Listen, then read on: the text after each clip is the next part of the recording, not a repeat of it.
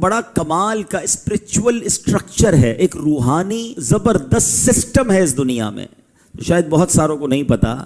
ہمارے ملک کا سسٹم ہوتا ہے کہ وزیر اعلیٰ ہوتے ہیں، صوبے کے گورنر ہوتے ہیں، پھر وزیر اعظم ہوتا ہے، پھر صدر ہوتا ہے، پھر کچھ ممالک کا آپس میں اتحاد ہوتا ہے، تو کوئی کانٹیننٹ کے بیس پر دنیا کا سسٹم جو ہے وہ چلانے کے لیے بڑے سسٹم بنائے گئے ہیں۔ اولیاء کرام کا اس پوری دنیا میں ایک روحانی اسٹرکچر ہے، یعنی اس پوری دنیا کے نظام کو چلانے کے لیے کس طرح ذمہ داریاں بانٹی گئی ہیں۔ اب سنیے، اقطاب یہ کتب کی جمع ہے، اور کتب اللہ عز و جل کے ایسے عظیم الشان ولی کو کہتے ہیں جو ایک زمانے میں اور ایک وقت میں ایک ہی ہوتا ہے، پوری دنیا میں ایک ہی کتب ہوتا ہے، اسے غوث بھی کہتے ہیں۔ اور کتب اللہ عز و جل کا نہایت ہی مقرب اور اپنے زمانے کے تمام اولیاء کا سردار ہوتا ہے۔ وہ غوث اعظم تھے، بلکہ غوث اعظم کی شان تو یہ ہے کہ علماء کہتے ہیں اگر آج بھی کسی کو ولایت ملتی ہے نا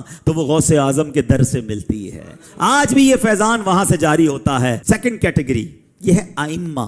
پوری دنیا میں صرف دو ہوتے ہیں، ایک کا صفاتی نام عبد الرب اور دوسرے کا صفاتی نام عبد الملک ہوتا ہے۔ یہ دونوں کتب کے وزیر ہوتے ہیں، اور کوئی کتب کا انتقال ہو جائے تو یہ دو وزیر میں سے ہی کوئی اس کی جگہ لیتا ہے اور وہ کتب بنتا ہے۔ تیسرے نمبر پر آتے ہیں اوتاد۔ یہ ہر دور میں صرف 4 حضرات ہوتے ہیں۔ آپ ہرارکی دیکھ رہے، سسٹم دیکھ رہے، 4 اوتاد ہوتے ہیں۔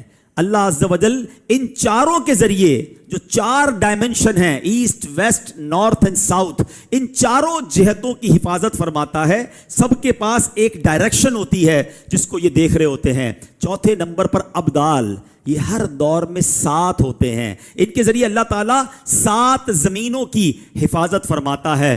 5ویں نمبر پر نقبا ہوتے ہیں، یہ ہر دور میں صرف 12 ہوتے ہیں، اور ان میں سے ہر نقیب آسمان کے جو 12 برج ہوتے ہیں ان کی ایک ایک برج کی خاصیتوں کا عالم ہوتا ہے۔ 6 نمبر پر آتی ہے بات نجبا کی، یہ ہر دور میں 8 ہوتے ہیں، ان حضرات کو احوال سے ہی قبولیت علامات ظاہر ہوتی ہیں۔ 7ویں نمبر پر رجبی ہوتے ہیں، یہ ہر دور میں 40 ہوتے ہیں، یہ ایسے بندے ہیں جن کا حال اللہ عز و جل کی عظمت کے ساتھ قائم ہے۔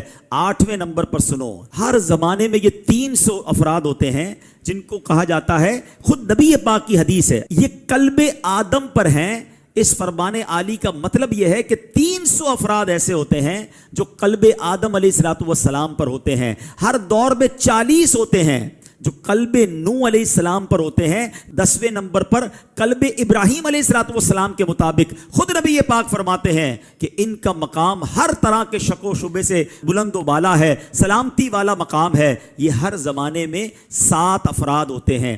11ویں نمبر پر کیٹیگری آتی ہے قلب جبرائیل علیہ السلام کے مطابق، ان کی تعداد ہر دور میں 5 ہوتی ہے۔ حدیث میں ان کا بھی ذکر آیا، اس طریقے ولایت کے یہ بادشاہ ہوتے ہیں۔ 12ویں نمبر پر قلب میکائیل علیہ السلام کے مطابق یہ ہر زمانے میں 3 ہوتے ہیں۔ قلب اسرافیل علیہ السلام کے مطابق یہ ہستی ہر دور میں ایک ہی ہوتی ہے۔ پھر رجال الغیب آتے ہیں، یہ 10 اولیاء کرام ہوتے ہیں۔ پھر مظہر قوت خداوندی کی کیٹیگری آتی ہے، یہ ہر دور میں صرف 8 ہوتے ہیں۔ اس کے علاوہ بھی اولیاء عظام کی بے شمار قسمیں ہیں، مثلا الہیون، رحمانیون، رجال الغنی، بدلا، رجال الاشتیاق، عباد، زہاد، رجال الماء، قرہ، احباب، محدثون، اخلا، ورثہ، صدیقین، شہداء، صالحین، قانتین، صادقین، حامدین، ذاکرین، صابرین، واصلین، کرما وغیرہ۔ یہ اولیاء کرام ہوتے ہیں جو ساری دنیا میں پھیلے ہوئے اللہ کے بندوں کی ہدایت اور رحمت کا سبب ہوتے ہیں۔ سبحان اللہ، ہم اللہ سے یہ دعا ضرور کر سکتے ہیں کہ اللہ جہاں تو نے اتنوں کو ولایت سے نوازا ہے ہمیں بھی اپنی ولایت سے نواز دے۔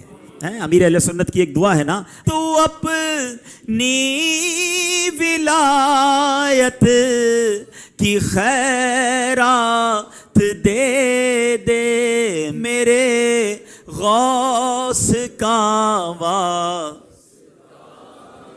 آمین آمین یا رب العالمین۔ تو یہ بات سننے کے بعد سیکھنے کو پتہ ہے کیا ملا؟ یہ جتنی میں نے کیٹیگریز بیان کی نا، ان کی گاڑی پر کوئی جھنڈا نہیں لگا ہوا ہوتا۔ ہاں، ان کی گاڑی کی نمبر پلیٹ چینج نہیں ہوتی کہ یہ ابدال کی گاڑی جا رہی ہے، کتب جا رہے ہیں۔ یہ جتنے لوگ ہیں نا یہ گمشدہ ہیں اور اللہ کی بارگاہ میں ان کا یہ مرتبہ ہوتا ہے.